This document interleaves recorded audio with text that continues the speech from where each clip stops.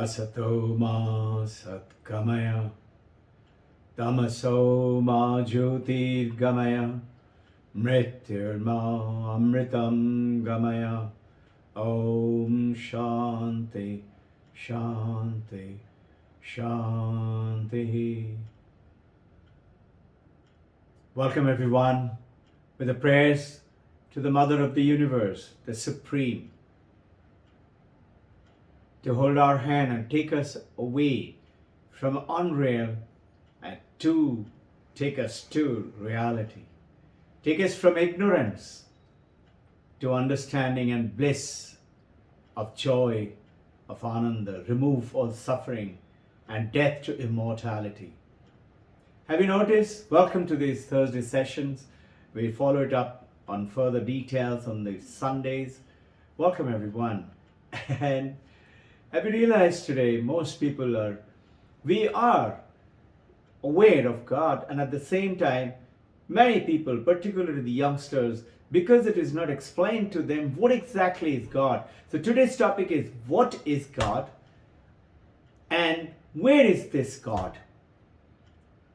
And have you realized that this is the question children often ask? If God is really there, then why can't I see Him? Why can't I touch Him, see Him, talk to Him? Because you and I have grown up with that understanding. And yes, this is the question. Narendranath went on to become Vivekananda, asked his guru, and because the guru showed him that in the same material world that there is this supreme. But most people are told that God is up there in the heaven. God is very powerful and we are all small and we are very vulnerable and we are suffering with sickness and disease and fighting and problem and relationship and money. And God is everything and God is supreme and God can do anything. But there is a separation. God is separate from you. And you are inferior, you're less. This is the theistic language which goes on. The God is in the church, in the mosque, in the temple, in the heaven. So what is God? God is supremely powerful. And where is God? Up in the heaven. Most religions is talking about that. And this is where Vivekananda goes ahead and explains that 4 yoga principles that you and I have this to do this shifting called the paradigm shift. What the paradigm shift? The moment you say, where is Robbin Ghosh? You say, here, this physical gesture, and this is me, is that's name and the form and the function. The paradigm shift is unreal to real. We are praying to Mother. This is not me. Why? Because if you look from childhood, that I, singular I, English alphabet, has remained same. When I was a baby, I was I. Then a teenager, I was I. And I remained same, Robbin Ghosh. Name remained same. But I, the body kept changing, growing, and even further, and teenager to teenage adult, and then grown-up adult, and then deterioration, and viparit nakshate, and nashate. Then the body gets destroyed. How can it be I remain the same all along?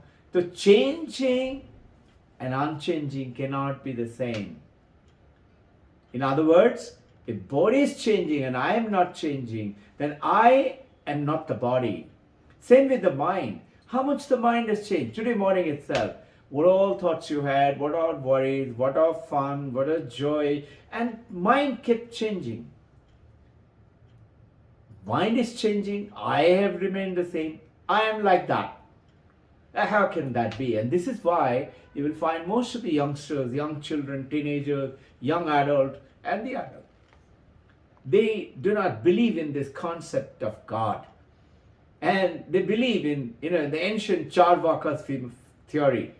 In the ancient Vedanta, Charvaka was one of the person who said, just enjoy this life. You only live once. This body, and this is what most of the Western and most of the today's so-called modern people are talking about. This is where comes in the understanding. What is God and where is God?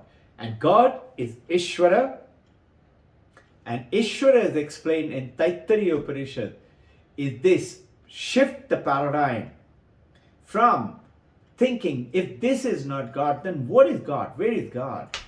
And in Chandogya Upanishad, Shwetaketu, famous young son, comes back from Guru's teaching to father. Father is also a great rishi.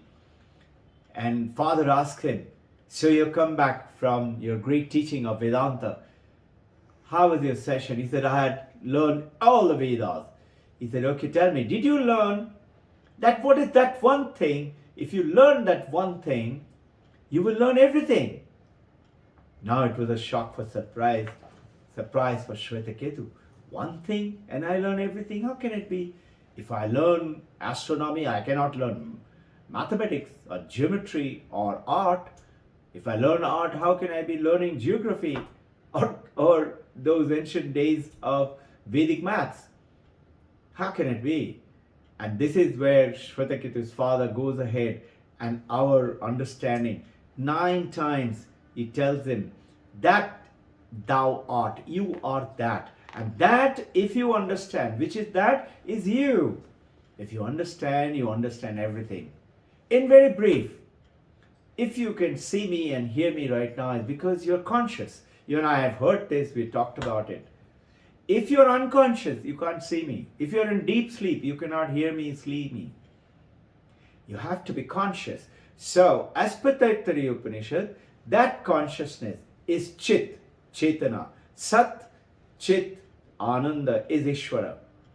Satyam, Jnanam, Anandam, Brahman is the sloka which goes on. Brahman is Ishvara. Satyam is truth. Jnanam is the knowledge. And Anantam, Ananda, a joy, is actually the God. And where is it? It's you. Hey, come on. If it is me, then why am I suffering? That's exactly the point that we are trying to bring about today. That why are we suffering? Because we are craving and searching for that perfection, that God, or that power, or money, or property, or pleasure out there. And we are spending all our time in learning, getting degrees, gathering skills, and going from place to place and school to school and college to college, learning something from out there. And we are not spending time in learning what is in here. And this is where Vivekananda talked about Karma Yoga, purified action without expecting any result for yourself. Do work for welfare of other people. This is what IB is talking about along with the Vedanta. Second is practice those ancient Patanjali Yoga Sutras. Yoga, Chitta, Duksha, Vritti, Nirodha, removes all your suffering and connects you with who? With you, which is within you. And that is where you go to Patanjali Ashtanga Yoga, and at the end of it, Dhyana Samadhi. Through the Samadhi, you see yourself. And where is it? Inside of you. Now, this is what is Patanjali Yoga Sutra. Then Bhakti Yoga. See God everywhere. Where is consciousness? Is God, is Ishvara. I'm coupling now Vedanta and our Bhakti Yoga.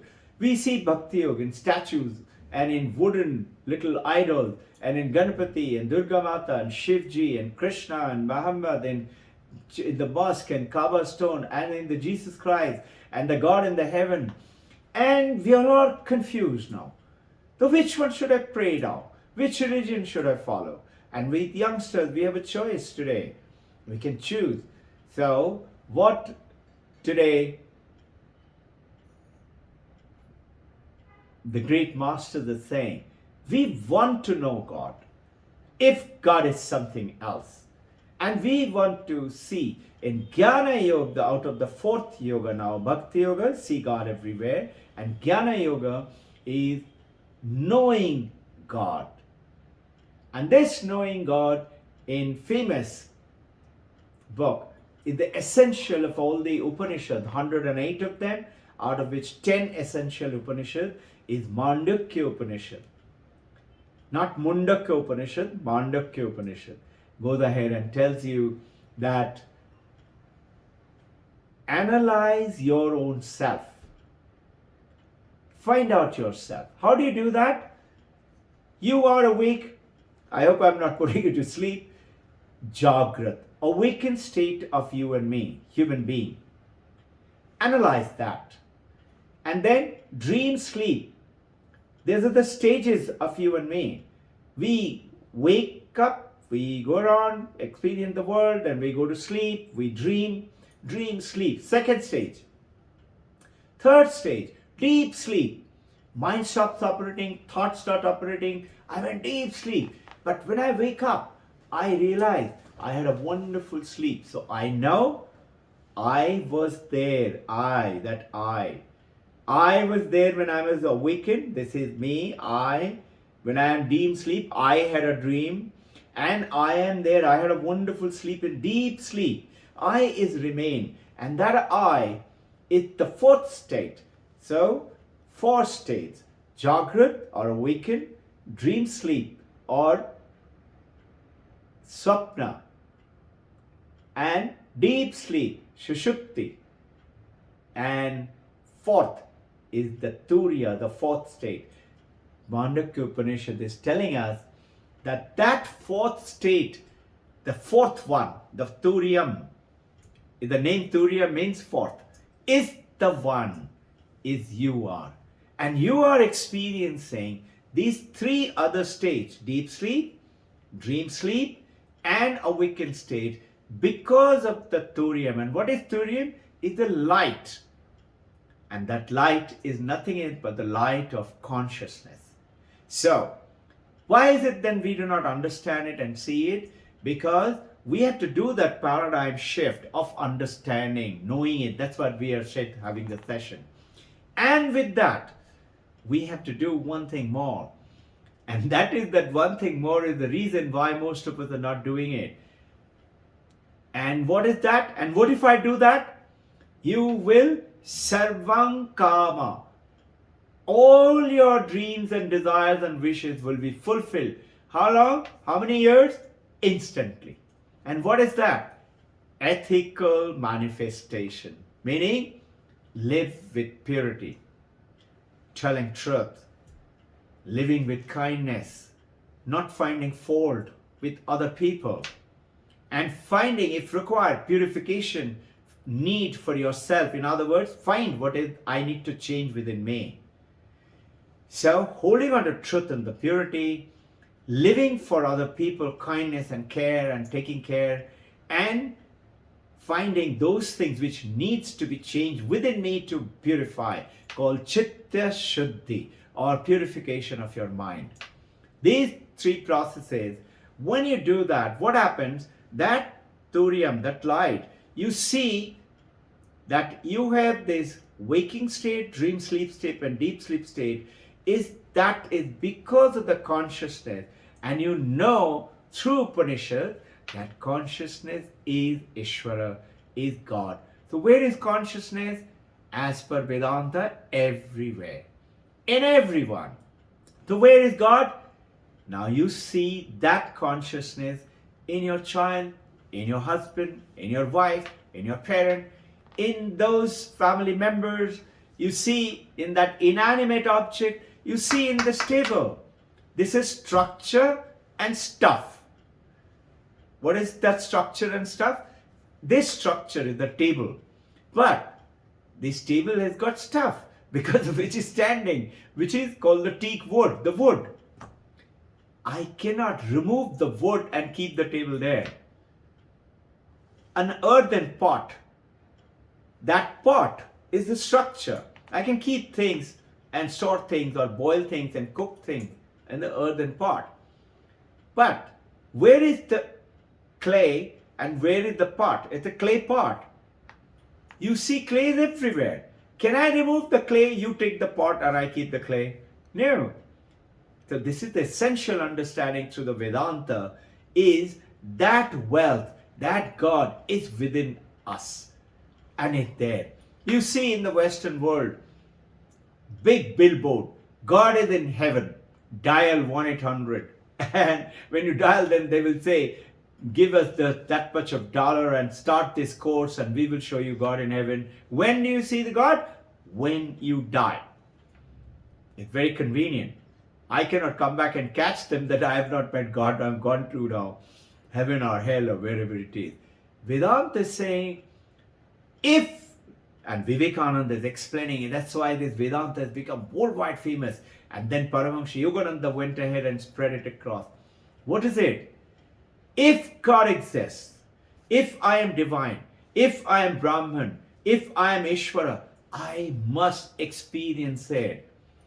I must be able to fulfill all my sarvam kama in this life right now. I'll give you some short waves, methods as we go along and in details on the Sundays. And Krishna is saying that, so in Bhagavad Gita, God is in the heart of all. In every, so God is in the hearts of all. And so with all this thing, how do I now go ahead and focus and concentrate? Follow all four paths. Work, study, learn, teach selflessly for purification and welfare of other people. Enhance, focus, attention with all your knowledge, your memory, your consciousness, that is focus, attention, and ego. Ego is the one, I know, I, that comes in. All four things. With the body, take care of your body as the temple, as the church, as the mosque. And with these, you start to proceed. Now, what has happened is, when we get this confusion, how should we go about it? So, the ancient masters have gone ahead and telling us something called Ishta Devata. That Ishta Devata, in terms of Vedanta, says, Aham Brahmasmi, Main hi Brahma hu. So what do you do in that Jnana Yoga? You realize that Supreme Consciousness is me. Aham Brahmasmi. Shvetaketu was told, Tat Tvam Asi. Tat, that, thou, Tvam Asi is. You have heard this famous mantra for people chant in Art of Living. Soham, that I am. That is that God I am. In the ancient, in Kriya Yoga, which you and I, we are practicing, Hamsa, I am that. So now it is gelling in a little bit. So what is the youngsters, the young adult and things? He's saying, research, do skill searching of you. I have no doubt that I exist. I have doubt God exists. Can you show me God? I am not going to say, can you show me? But understand this way. How do I know about this consciousness? If consciousness is God, how do I know it? How do I feel it? You cannot. But you may understand it. You cannot. Why? Consciousness is infinite. It cannot be expressed, explained, word failed. More on that in a next session. Today is a short session. But you can feel it. You can experience it. How? Supposing somebody asks you, did Robbin Ghosh give his Thursday session talk today? You say, yes, I attended it. He asks you, how do you know that?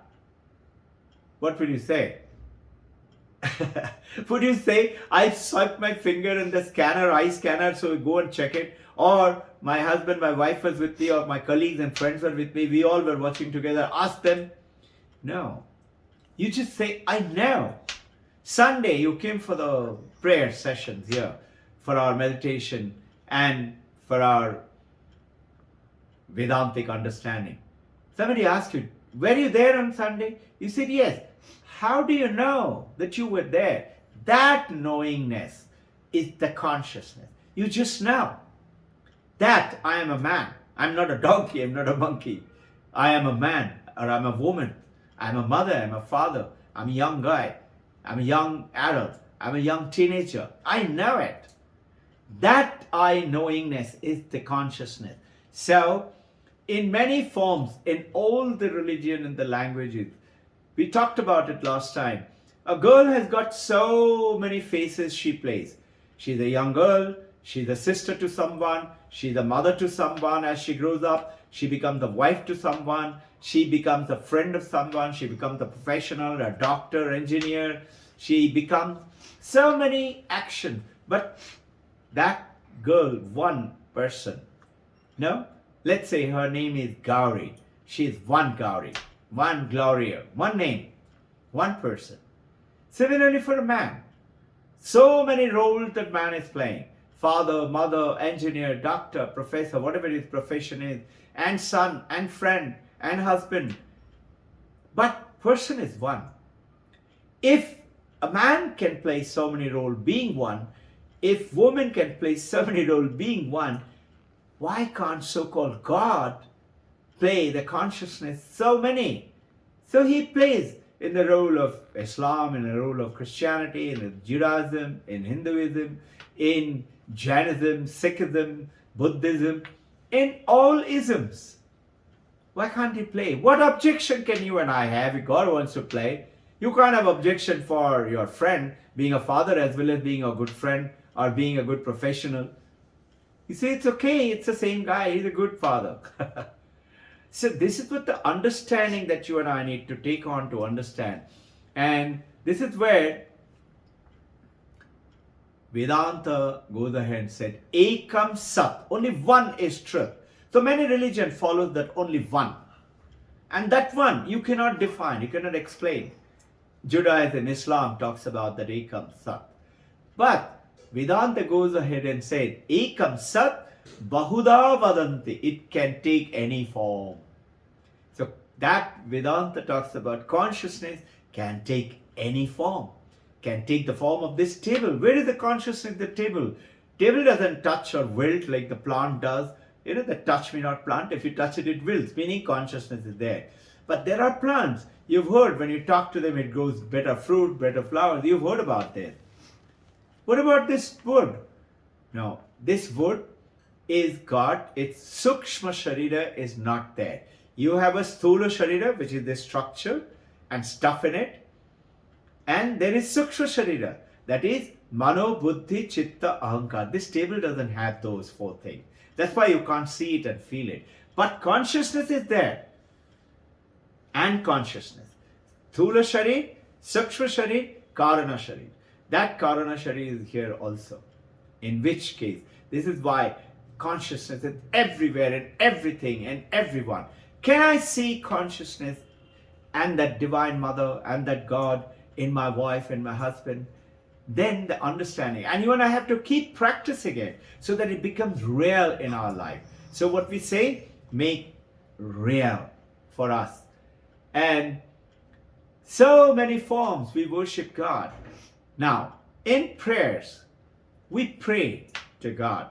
Generally, some of us don't believe. But if there's difficulty, we dive down for God. And we pray, God, God, God, please, please, please, finger crossed, give it to me this, give me that, give me that. And we got lots of demands.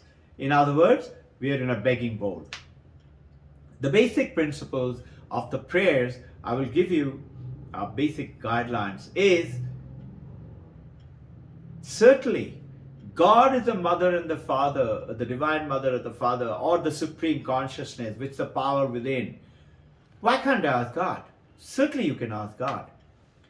But during that, make sure your paradigm shift and ethical manifestation take place. And these things take place when you have those all four forms. Basic guideline, ask for other people. And when you say, bring happiness to everyone.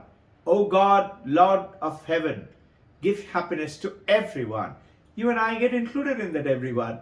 And the fact that you're asking for others, you will see the golden rule of the Vedanta is, if you want something for yourself, give it to others. If you want happiness, give it to others. If you want 100 rupees, give that 100 rupees to others. You say, I only have 100 rupees, give it and see. Just watch how you will get many 100 rupees. This is the laws of nature.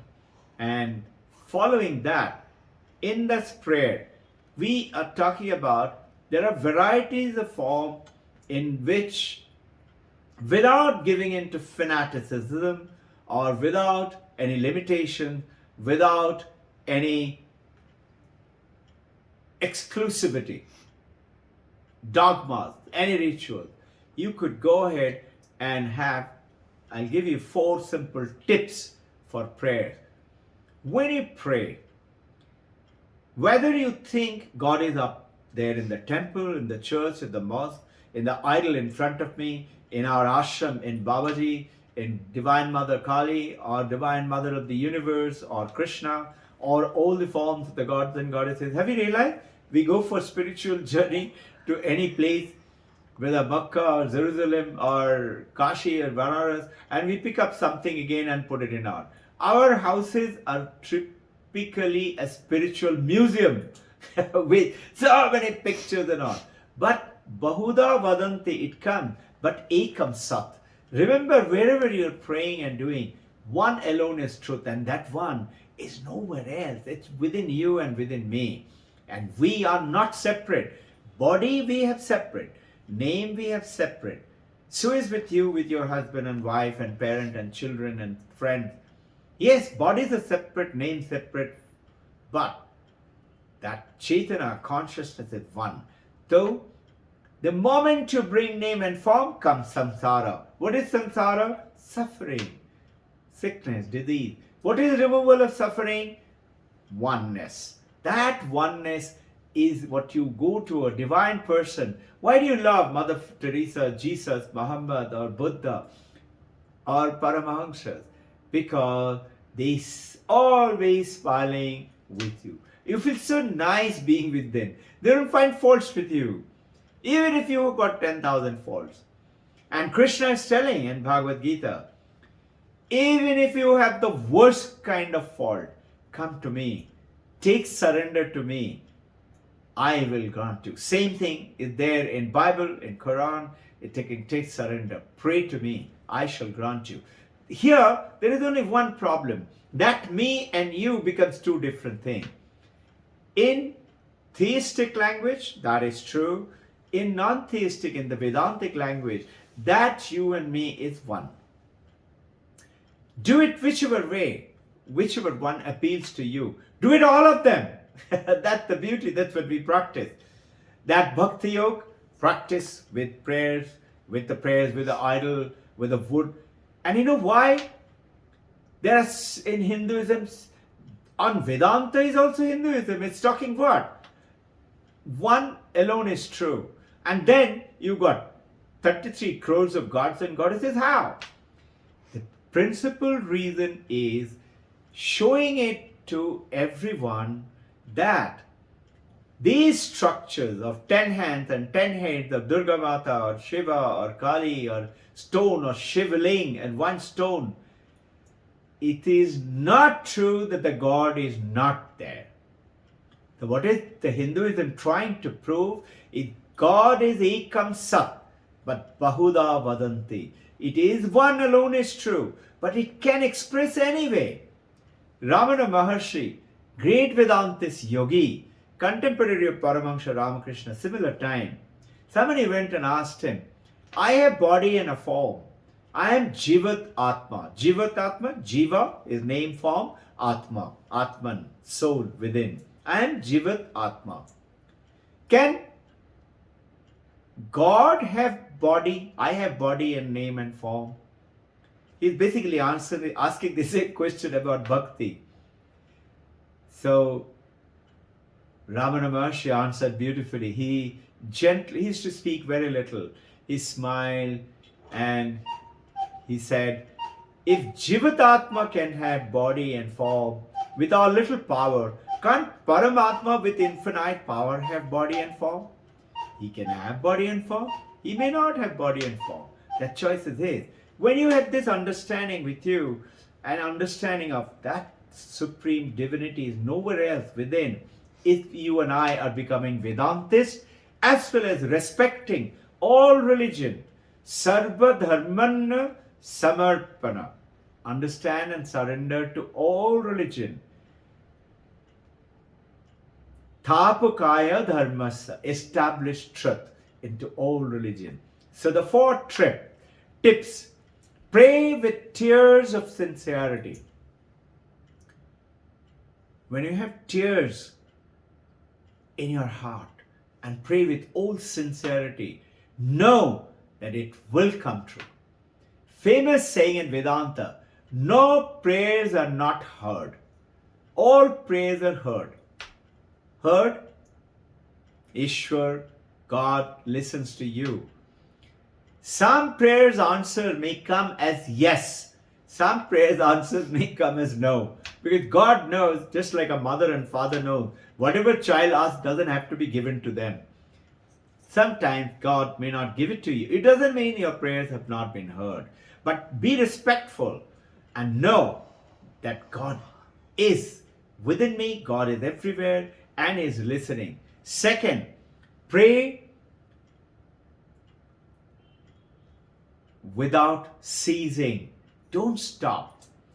Just like you are aware all the time, I am in this body, I'm sleeping, I'm awake, I'm dreaming, I'm eating, I'm having fun, I'm swimming, I'm driving, I'm studying, I'm learning. I. Without ceasing, you are aware of I. Without ceasing, know that I is nothing else but the Supreme Consciousness. Without ceasing, similarly, pray to that I, and that is called focusing. The third, pray maybe without words, but not without heart. You may pray without words, just by focusing your mind, but not without heart, meaning complete sincerity. Heart without words is acceptable, but words without heart is not acceptable. Famous word from Mahatma Gandhi. Words without heart in prayer is not acceptable. It's just mechanically chanting away to glory. You chant Om Bhur Bhuva Swaha. Pray with that complete sincerity. But heart without word is okay. It's all right. Your intention, your concentration. That is, longing heart is essential. Longing heart. And the fourth one is, what should we then pray for? Pray for purification, spiritual things. When Swami Vivekananda was told by Paramahansa Ramakrishna, when he had tremendous difficulty, nobody's eating at home, no money, father died, and father's brothers stole away everything, property. Vivekananda, mother and brothers, sister, they were all without food. And Vivekananda couldn't get a job. He goes to Paramahansa Ramakrishna and says, Mother Kali listens to you. Why don't you go and ask him to remove my suffering? I'll give myself to you for service as a sannyasi monk. Paramahansa Ramakrishna says, I do not do all that. Why don't you go and ask? It was a Tuesday. He said, today's Tuesday, today is Mother Day. Go. It was evening time. Vivekananda goes. And as he goes, he sees Mother and he sees divine light pouring out. He couldn't ask for money. He said, Oh Mother, bless me with wisdom. Bless me with purity and truth. Bless me with knowledge. Bless me with devotion. And he comes away. And Paramahansa Ramakrishna asks him, did you ask for money? He suddenly realizes he did not. He said, no, I couldn't ask. He said, go back again. He again goes back. 3 times. Second time also comes back. Third time. Again he goes. Again he couldn't ask. He comes back and he says, Thakur, that is to Paramahansa Ramakrishna, how can I ask for such small things to the Divine Mother? So Paramahansa Ramakrishna said, okay, from today, you will not have any suffering. Your family will not have any suffering from food and basic clothes. You will get the shelter, food and clothes. And surprisingly, when he goes back, Mother was waiting with everything packed up.